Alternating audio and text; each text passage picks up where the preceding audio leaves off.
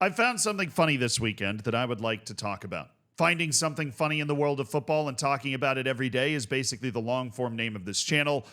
Although I am going to have to drop the whole everyday thing because I didn't do it yesterday, which feel free to chastise me for that. I wasn't running. I have no good excuse.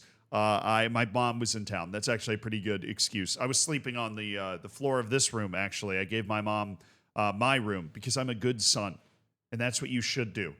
Okay. Also, secret side note, I like sleeping on air mattresses.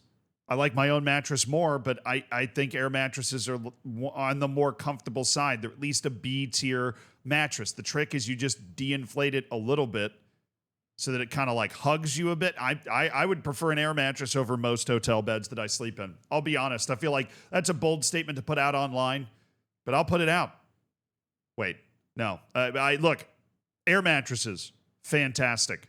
I might start packing one in my luggage, but I'm obviously getting distracted, so I'm going to try and focus on the one thing that I found funny this weekend, because it actually has nothing to do with any of the matches that were played. Even though there were penalty shouts and there's drama and Kostas Manolas scoring 5 goals for a fourth-tier team. Don't act like I didn't see that.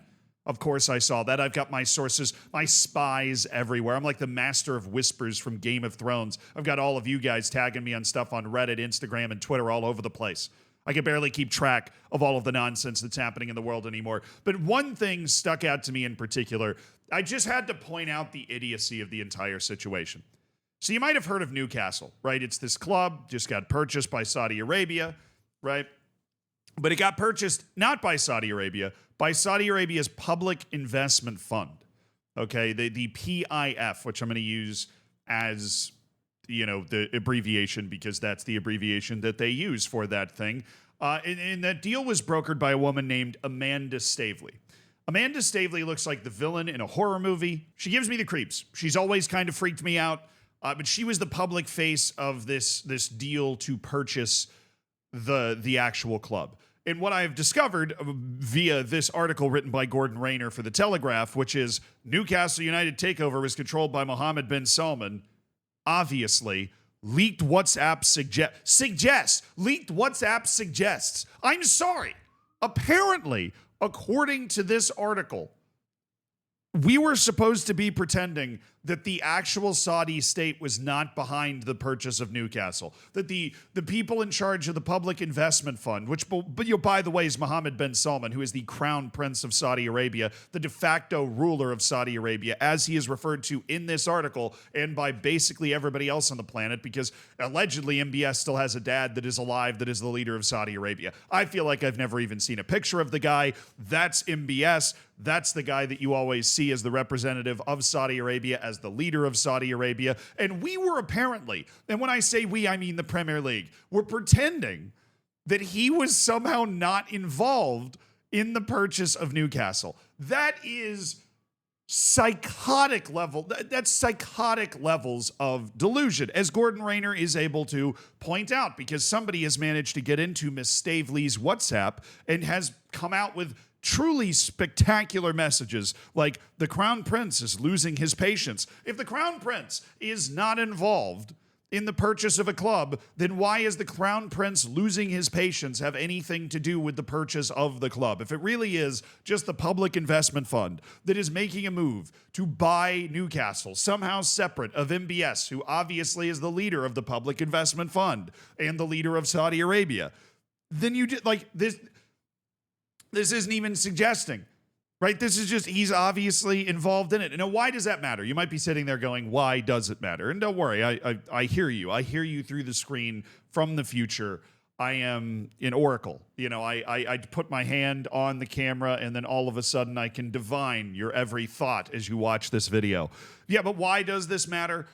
They do have this in the article. The Premier League initially blocked the sale of Newcastle United to a consortium led by Saudi Arabia's Sovereign Wealth Fund over concerns that the club would in reality be controlled by the Saudi state. So ostensibly, at least in name, the Premier League is against the idea of a club being controlled by a state. That is, of course, what is happening now with multiple clubs in the Premier League. But the Premier League would like to have at least some sort of probable deniability to pretend that that is not what is happening. And it is important for them to be able to find some sort of probable deniability so they can pretend that Saudi Arabia does not own Newcastle. So they can at least say in a public-facing way that Saudi Arabia does not own Newcastle. And that's what they're trying. Stavely has tried to provide that reason, even after these WhatsApp messages were leaked. So via lawyers, she apparently made, she said she only referenced the Crown Prince in his capacity as the chairman of the PIF. To suggest that her messages cast doubt on whether the assurances about independence from the Saudi state have been adhered to subsequently is as illogical as it is misconceived. Is it? Is it? Is it? Because look, it's one thing if the president of the United States or the prime minister of whatever country, a lot of countries have prime ministers. All right, pick your prime minister, right? It's one thing if the president or the prime minister of your country in a democratically elected whatever or republic or wherever you happen to live and whatever governmental system you happen to have that involves voting eventually for the person that ends up in the big house, right? It's one thing to have that person also be leading kind of a public fund or whatever, and be, you know, there are like laws and things that are restraining what they are able to do, and you know, there is a separation in some ways. You could at least convince me that if, you know, who's the president? Joe Biden, right? If Joe Biden was over here and bought Manchester United as the head of a consortium, right, that it wasn't the United States that owned, right, Manchester United. You could just, like, it was Joe Biden and his own business interests that owned Manchester United. It would be easier to convince me of that. But when you live in a country that is essentially an absolute monarchy, which is what Saudi Arabia is, and, you know, whatever MBS says goes, basically, right? Even if that's not what's written down, that is really what's happening. Like, you know, the dude is judge and jury. You know what I mean? It is impossible to say, right? It's just impossible to say that you're only referencing the Crown Prince in his capacity as the chairman of the PIF. The Crown Prince is the state, bro.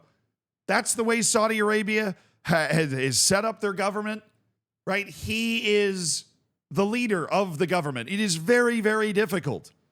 Nay, I say impossible, which is kind of the whole argument that I'm making here, right? It is impossible to say that you're only referencing the Crown Prince's capacity as chairman. And it is certainly reasonable to suggest that her messages referencing the Crown Prince is getting impatient. And there's a whole bunch of other stuff, if you wanted to check out this whole article, talking about how, you know, he was upset and he was considering pulling out of the deal, which means the Crown Prince is involved enough in the deal to consider pulling, you know, the PIF out of the deal, and that they actually had to, at one point in these messages, convince the Saudi ambassador to the UK to talk MBS out of pulling pulling the PIF out of the deal. Which, if MBS is involved in this, it is inherently the involvement of the Saudi state, because this dude is he is the final say in the Saudi state. There isn't like a check on his say on the state. You know what I mean? That's the way it's set up. But independence from the Saudi state has been adhered to subsequent. Like, you couldn't get a toddler to buy this argument, and yet nothing's really going to happen. We know that, you know that, I know that. That's why I'm not trying to sit here and like advocate for some sort of change in any way, because we know that there's nothing that's really going to happen. It's not like this is all of a sudden Stavely's texts are going to get leaked referencing NCIS, Saudi Arabia. It's a new show coming on CBS this fall. Can't wait.